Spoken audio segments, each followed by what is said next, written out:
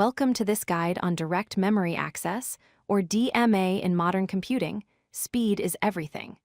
We often hear about fast processors and large amounts of memory, but how data moves between them is just as critical. In this video, we will explore a crucial technology that allows your computer to handle large amounts of data efficiently by bypassing the central processor. To understand why we need DMA, let's look at the alternative. In a system without DMA, the central processing unit, or CPU, acts as the middleman for everything. If you want to load a file from the hard disk to memory, the CPU has to fetch every single piece of data and write it to RAM. This is inefficient because while the CPU is busy moving data, it cannot perform calculations or run other applications. This is where direct memory access comes in. DMA is a specialized hardware module that sits on the motherboard. Its sole purpose is to manage data transfers.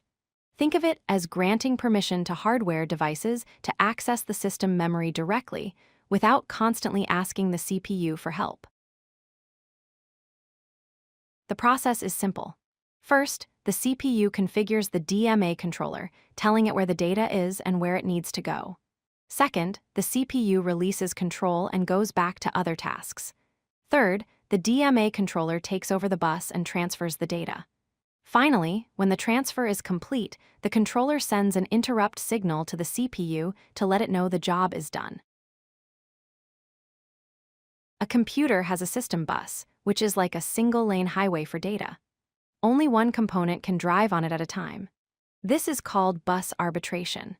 When the DMA wants to transfer data, it sends a hold request to the CPU finishes its current cycle, disconnects from the bus, and sends a hold acknowledge signal, effectively handing over the keys to the DMA controller.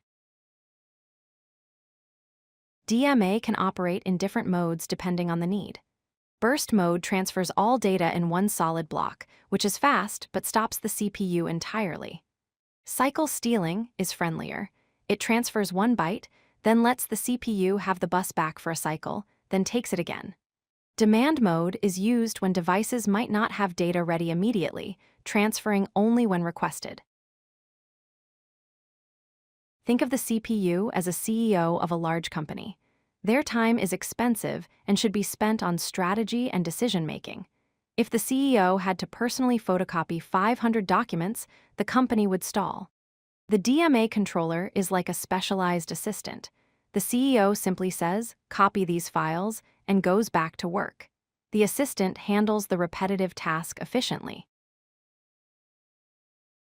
The benefits are clear. We get significantly faster data transfer speeds. We vastly improve CPU efficiency because the processor isn't tied up with mundane copying tasks.